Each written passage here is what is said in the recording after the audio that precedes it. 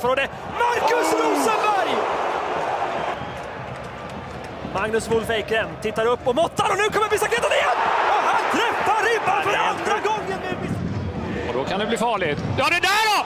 Oj, oj, oj! Ja, det är på väg mot ett drömmål av absolut högsta märke.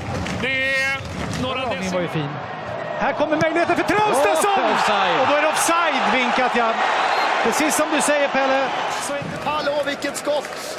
Det är från 40 meter. Eller någonstans där. Och det tuttar ner på. Thelin på nytt. Här kan Darryl Smiley skjuta. Och det är styrning. Och då är det offside. Det är offside på Williamson.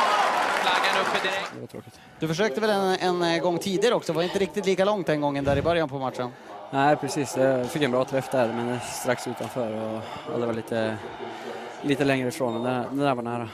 Vad hann du tänka när bollen seglade? Det var ju ett gäng sekunder. Ja, bara hoppas den går.